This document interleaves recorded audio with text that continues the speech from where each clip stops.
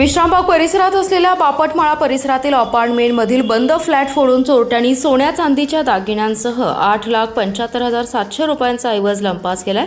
ही घरफोडीची घटना बुधवारी सकाळी 9 ते सायंकाळी 6 वाजण्याच्या सुमारास घडली। या प्रकरणी शीतलकुमार सुरेंद्र पाटील यांनी विश्रामबाग पोलिसात फिर्याद दिली आहे। सुरेंद्रकुमार पाटील हे आपल्या कुटुंबियांसह विश्रामबाग हद्दीतील बापटमाळा परिसरातील मल्हार रेसिडेन्सी अपार्टमेंटमध्ये राहतात।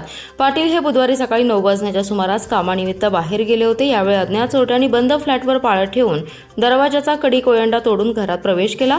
फ्लॅटमधील बेडरूममध्ये असलेला लोखंडी कपाटाचा दरवाजा उचकटून त्यात ठेवलेले 4 लाख रुपये किमतीचे 50 ग्रॅम वजनाचे सोन्याचे गंठण, 45,000चे 15 ग्रॅम वजनाचे मणी मंगळसूत्र, 40,000 रुपये किमतीचे 5 ग्रॅमचा सोन्याचा लप्पा, 10,000चे 3.5 ग्रॅमचे सोन्याच्या रिंगा, 12,500 रुपयांचे 2 ग्रॅम 250 मिली सोन्याचे कानातले टॉप्स, 24,000 रुपये किमतीचे 3 ग्रॅम 950 मिली कानातील सोन्याचे टॉप्स, 20,000ची 8 ग्रॅम वजनाची सोन्याची अंगठी, 30,000ची 10 ग्रॅमची सोन्याची चैन, 30,000ची 3 ग्रॅमची सोन्याची अंगठी, 25,000ची 5 ग्रॅमची सोन्याची अंगठी, 1,45,000 रुपये किमतीचे 50 ग्रॅम वजनाच्या सोन्याच्या पाटल्या, 63,000 रुपये किमतीचा 900 ग्रॅम वजनाचा चांदीचा आरती सेट, 7,000चा 100 ग्रॅम वजनाचा चांदीचा छल्ला, 3,500 रुपयांच्या 50 ग्रॅम वजनाच्या चांदीच्या 2 बांगड्या, 10 ग्रॅमची चांदीची अंगठी आणि 20,000 रुपये रोख असा एकूण 8,75,700 रुपयांचा ऐवज चोरून पलायन केले।